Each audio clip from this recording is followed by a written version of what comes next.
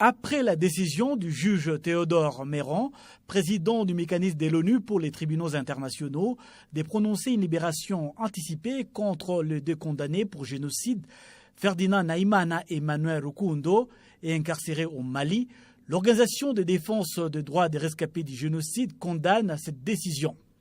L'un des deux motifs évoqués par le président de ces mécanismes est le fait que chacun des deux cas, le condamné a déjà purgé les 2/3 de sa peine.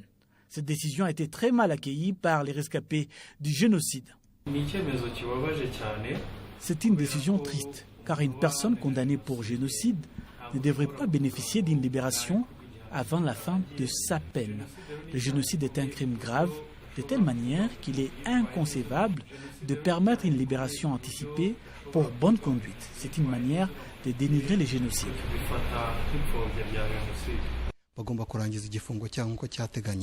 Ils doivent terminer leur peine comme prévu. C'est ça la justice. Cela permet d'apaiser les rescapés, que ces derniers comprennent que les criminels sont réellement punis.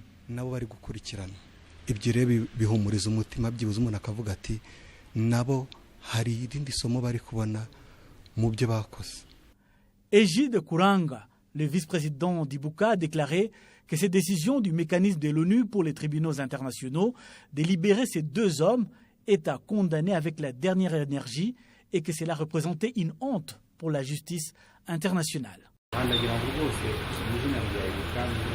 Ici, j'aimerais au nom d'Ibuka condamner l'ONU.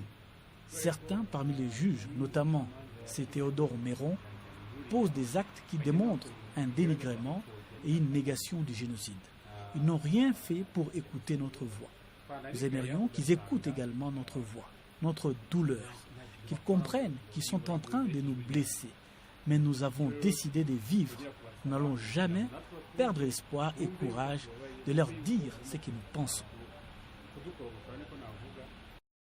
Les deux condamnés du TPIR, Ferdinand Nahimana et Emmanuel Rukundo, étaient tous deux détenus jusqu'ici dans la prison de Koulikoro au Mali en vertu d'un accord entre ce pays et les TPIR.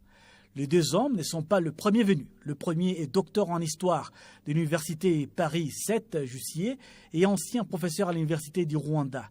Âgé aujourd'hui de 66 ans, Ferdinand Nahimana est parmi les fondateurs de la fameuse Radio Mille Collines qui a joué un rôle de premier plan dans le génocide perpétré contre les Tutsis en 1994 et il a été condamné en appel à 30 ans de prison. Le second est un des rares prêtres condamnés pour son rôle dans le génocide. Aumônier de l'armée dans le nord du pays, l'abbé Emmanuel Rukundo a été condamné à 23 ans de prison pour avoir aidé et encouragé à commettre le crime des génocides dans sa préfecture d'origine Gitarama, dans le centre du Rwanda, en 1994.